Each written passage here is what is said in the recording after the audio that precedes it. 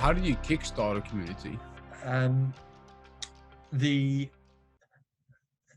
I think at the early days of a community, there needs to be something that they gravitate towards. So understanding, what do they stand for, and what are the values that either a company or a community actually holds dear to them, and what they can grasp hold of. Um, then I think it's and again, this is somewhat tactical, um, and it's not how every community sort of builds, but it's, how do you give them a place to come? So online community boards, the opportunity to interact with each other, has its pros and cons, and then you need to moderate those community boards and the things that are going on and being said. Um, but then it's really, how do you um, um, mobilize those communities in different ways.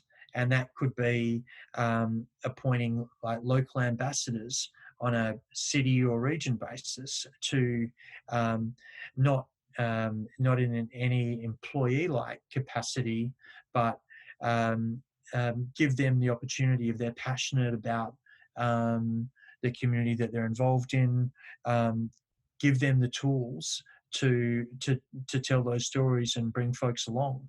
I think if I look at the Airbnb side of things, I think that's been important for helping to establish good regulations around the world in different communities and cities, to tell the story in terms of what good Airbnb hosts um, as a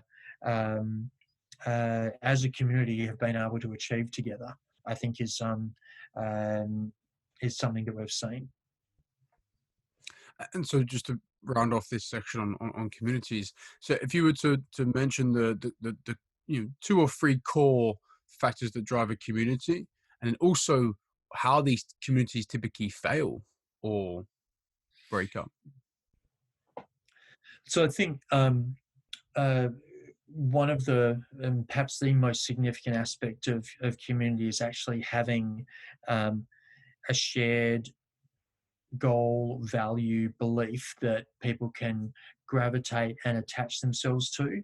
And then how does that manifest itself in back into the community and grow? And there's one community growing phrase called the snowflake model, that refers to how communities can grow by just planting an ambassador in a particular location that helps grow out a business.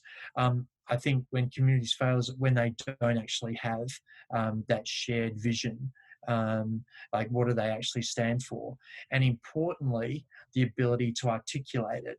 Like, it's all very well and good to be passionate about something and so on, but if you don't have the ability to easily talk about it and don't have the tools to help grow that community, I think that that becomes a real challenge.